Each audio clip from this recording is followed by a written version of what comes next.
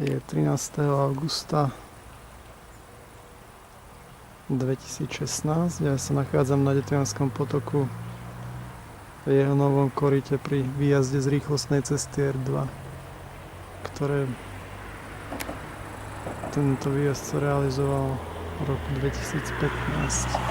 Rovnako ako táto časť koryta, v ktorej stojím. A toto je nové koryto. Staré sa muselo prerušiť kvôli výstavbe cesty. A som tu teraz kvôli tomu, aby som zachytil stav korytok riečnych, ktoré tu boli premiestnené do týchto miest v potoku. A pozrieme sa teda, už som sa tu popozeral trocha. Ešte minulý rok som premiestnil asi 25 jedincov dospelých korítok a z nich som tu v tejto chvíli nenašiel ani jedno. Respektíve našiel jedno, ale pred chvíľou som tu našiel dva malé korítka juvenily a tie si pozrieme teraz. Tu majú vhodný substrát piesčitý. To je dôležité pre to, aby sa mohli úplne maličké korítko riečne. Toto má druhý rok. Aspoň podľa prírastkovej línie už staršej na ňom. Sa bližšie. Takto. Tmavšia čiara na lastúre znamená asi 1 rok života. A tu máme už jednu a začína druhá. Čiže tu by malo byť 1,5 ročné korítko. Čo zodpovedal vlastne tomuto korytu novovytvorenému. Veľmi pekné. Ani som to nečakal. Takisto je tam ešte jedno. Ale to už neviem vybrať. Toto je substrát, v ktorom je piesok. Trochu bahna v tom. A mal by tu byť aj dospelé korítka. To som jedno videl.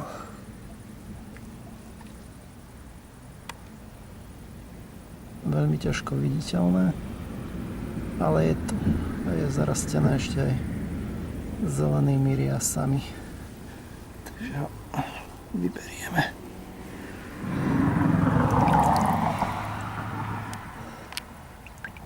To je ono. Medzi kameňmi bolo. A pod tými kameňmi je dosť ílovitá hlina, ktorú že vraj majú, alebo teda podľa mojich skúseností, korítka majú celkom radi túto hlinu. Tak toto je dospelé korítko. Riečne, korítko riečne. Možno je to jedno z tých, ktoré som sem presunul minulý rok. Pri transfere, kvôli tomu, že sa robil zásah na jednom mieste Detrianského potoka. Vyzerá byť v pohode.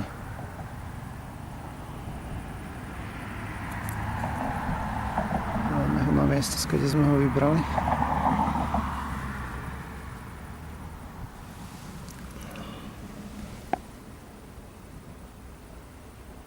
To je problém možno.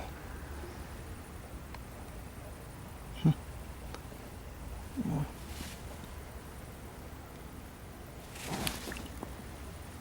Je to dosť náročné.